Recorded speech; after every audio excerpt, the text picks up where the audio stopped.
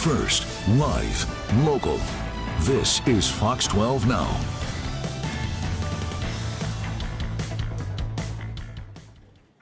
Hello, everyone. Greg Nibbler here with Fox 12 Now. Thank you for joining us wherever you are. We appreciate it. We're live here every weekday at 1 p.m. Pacific, where we get to have some great interviews. We talk about events, and we talk about things that are important to all of us, like the fact that we are entering fireworks season and the dangers that come with that, the safety things that we could be doing. We're going to talk about all that right now with the one and only Rick Graves from Portland Fire and Rescue. Rick, appreciate you being here.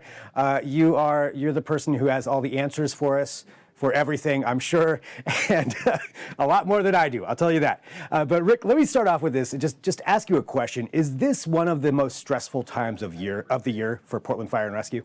Well, I would certainly say that historically, this period of time, it's named fireworks season, if you will. It's a hot time, certainly. We respond to a lot of incidents that occur over this time historically, certainly. So talking about the side of fireworks, 4th of July coming up, we see fireworks stands that are out there. There's some things that are on sale, but what is actually legal to use in the city of Portland? You ready? Nothing. Zero. The city of Portland placed a ban on fireworks last year in March 2022. During the fireworks season of 21, we were experiencing an extremely dry condition, much drier than we even have it now. And we put an emergency ban in place. And I say we, that was directed from our preventions division within the Portland Fire and Rescue. And even though there was a ban, we still had some pretty significant fires that year. One fire that's still open under investigation because there were 3 casualties. We lost 3 lives as a result of a fire where fireworks were improperly discarded into a dumpster and extended a fire into a structure. So even under the ban, we had a very catastrophic result. So as a result of the temporary ban in 21, there was discussions that led us to having a permanent ban be put in place last year with regard to the sale and use of fireworks within the city limits of Portland. So that means anything that you've got is completely illegal to use. Does that go down to even like the popper things, anything that's considered a firework?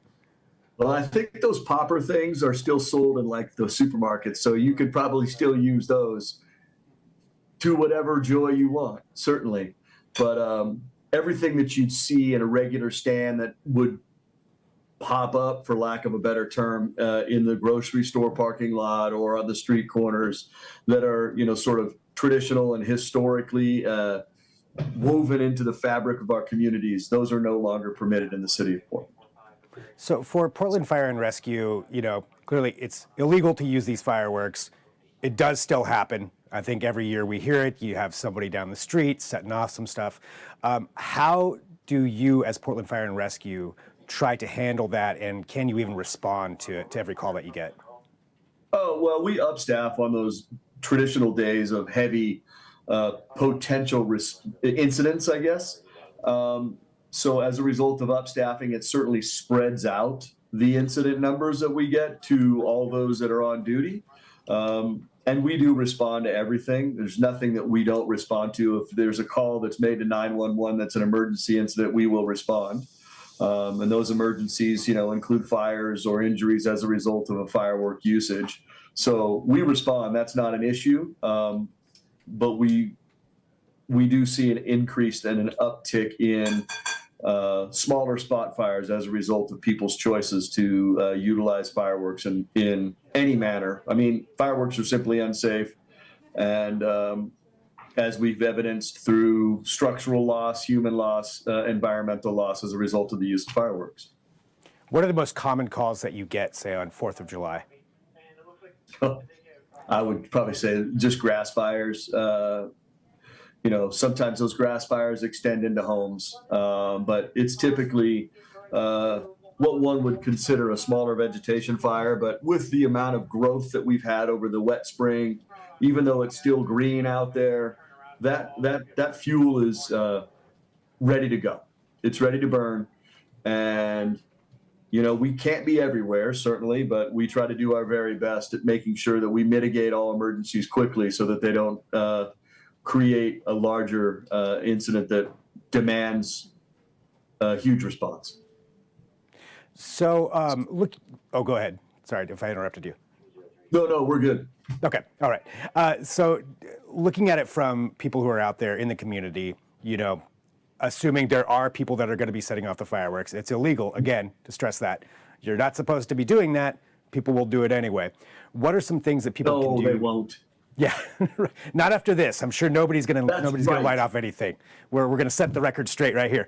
So, assuming somebody missed Fox 12 now and didn't know or decided to ignore the laws, what are some things that people can do to keep their homes and their businesses safe? You can refer to our website, the Portland Fire website, and search how to save how to prevent wildfire. And that will help give you information on how to harden your home, if you will, to protect it from a wildland-urban interface situation. We have a very aggressive program within our education office that goes out to these communities that are in the mosaic of Portland that live within these wildland-urban interface zones. And it's a proactive attempt at educating the community, or those specific communities that are at a heightened danger to wildland urban interface fires, on how they can appropriately prepare their homes for a potential wildland fire that's going to go through. So I would direct people to our website for that information. There's a program we utilize that's nationally based called Firewise that we've partnered with to create Firewise communities that have statistically been shown to reduce the loss of structural damage as a result of a wildland incident sweeping through. Have you seen, since the ban's gone in with fireworks, have you seen a dramatic decrease in the amount of spot fires and things that would normally occur? We get a report from our investigations office at the end of each season. And with last year being the first year of the official ban in place, if you just look at the year 2021 and compare it to the year 2022, we had half as many structural fires as a result of fireworks in 22 that we did in 21. I think if you talk to a statistician, a sample size of one is not necessarily strong enough to say you've got conclusive evidence that you're on the right path, but I certainly think that we are on the right path for preservation of structures, environment, life, property. So we had 20 fires attributed, 20 structural fires. I don't have the number of all the spot fires. Well, I do. I mean, there was 300 plus in 2022, and there were about 197 last year. So we had a reduced by 1/3 the number of fire responses during that period of time, and we cut our structural fires in half. That's huge. I mean, that's definitely. Yeah, I would think that there's something to that. Obviously, we'll have to, go back further in the data and then, move forward with the ban to actually get some sort of evidence. But legitimately, the year before, we had a fire that we had lost three members of our community. Last year, we lost this many members of our community, and that's what we're focused on. What can we do to make sure that our citizens are safe? What actions do we need to take to ensure or improve the safety of those that reside within the boundaries of the city of Portland? What's the number one thing that people can do at home to make the job of Portland Fire and Rescue easier? Call us when you have a true emergency need, but don't call us when there isn't a need. We end up responding to a lot of calls that may not necessarily be truly emergent, which then takes the crew out of service. And if another emergency lands in that particular area, the responding crew is quite a ways away. So, be diligent in the need to call us. There may not need, if you have a someone has used, walking down the street and they have their cigarette and they dump it into your green space and you have a little bit of smoldering bark dust. Perhaps you can take your own garden hose and address that rather than taking an entire fire company out of service to come with 500 gallons that's mobile to use 3 gallons and go somewhere else. So a little bit of self-sufficiency could help, I suppose. But with that, I mean, if there's an emergency, we want you to call us. And that's what we're there for. We're your insurance policy when things go upside down.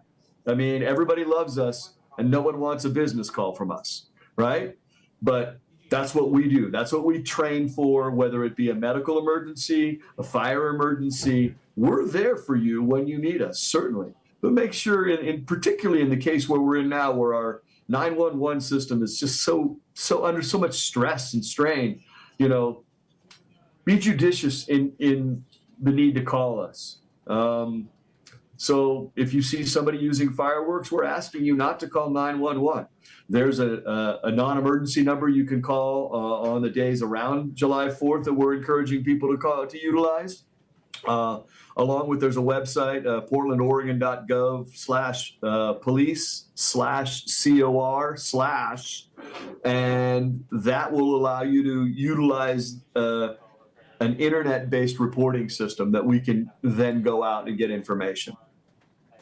What do you think gets to the level of where it's necessary to call 911 when it comes to fireworks and fires? Fires. Call when there's a fire. Absolutely. You see flame, call the fire department. Certainly. But if you see somebody down your street utilizing fireworks, use the internet reporting system. Our investigations unit will be out in force that evening. They will be accessing that. If there is a fire that's attributed to a firework, the investigative unit will be prosecuting people, and there's some significant fines along with possible jail time that people could end up having put their direction as a result of the use of fireworks. So don't think that our investigations unit isn't ready to get out there and get to work. Rick, any final thing you want to let everybody know about you're associated with this season?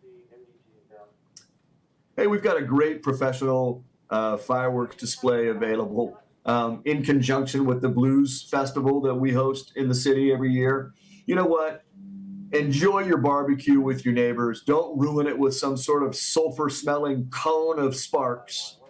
Just enjoy your neighbors, pack up, go down to the waterfront, enjoy a professional display, go home, discuss how awesome it was, and know that you're going to be safe and around the next day to also talk about it, rather than having the ultimate need to go outside of our city to purchase something that we've banned, to bring it back in, to then utilize and possibly cause an issue that you'd regret for quite a long time.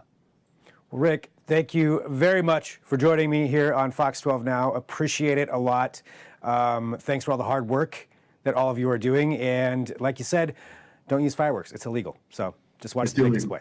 Yep, there it is. Bottom line, we're getting the word out. Rick, thank you very much. Hey, thanks. My pleasure. All right, there we go. Rick Graves, right here on Fox 12 Now, and I appreciate all of you joining us. Now, he mentioned the Waterfront Blues Festival and the big fireworks display there, actually here on this show, 1:30 p.m. I'm talking to the festival director. So she's going to be joining us to talk about the Waterfront Blues Festival, give a little preview of that, a little bit of the history, what to look forward to with it. So that's coming up very shortly. So whatever platform you're watching me on, just make sure you come right back here in, I don't know what time, 10 minutes. So 10 minutes, there we go. You probably got a clock. 1:30 p.m. Pacific, you can join me. And so just come right back. We'll talk to you soon. I'm Greg Debler. This is Fox 12 Now.